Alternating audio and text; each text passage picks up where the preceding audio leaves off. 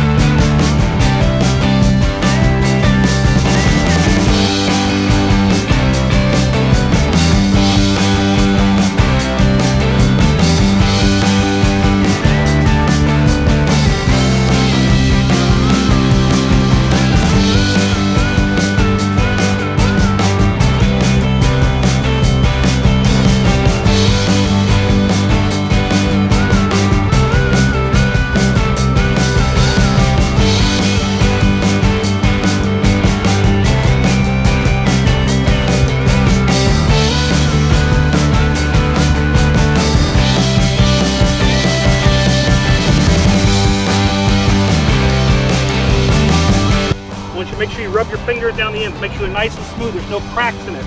Also, pull on the prop. This is a carbon fiber prop.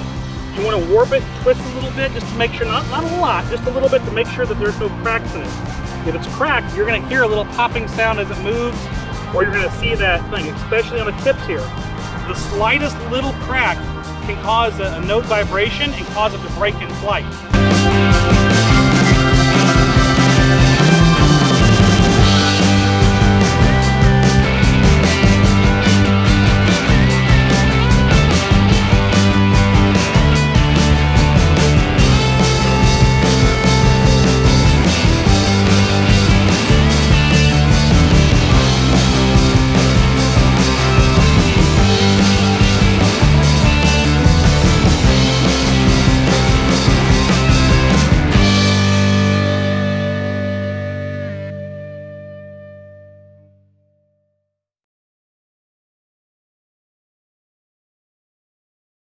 It's always important to maintain visual line of sight with your drone.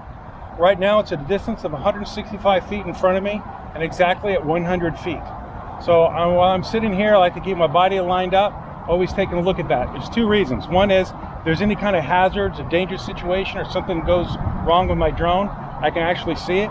Another thing is the three components of a unmanned aircraft system is the drone, the controller, and the electronic link in between the two. So if I were to fly that around a building or around some other structure, the electronic connection between the two, the signal, becomes corrupted or weakened. So you want to make sure that you keep all those strong. So I'm looking at the drone and I have a nice strong signal between the controller and the drone.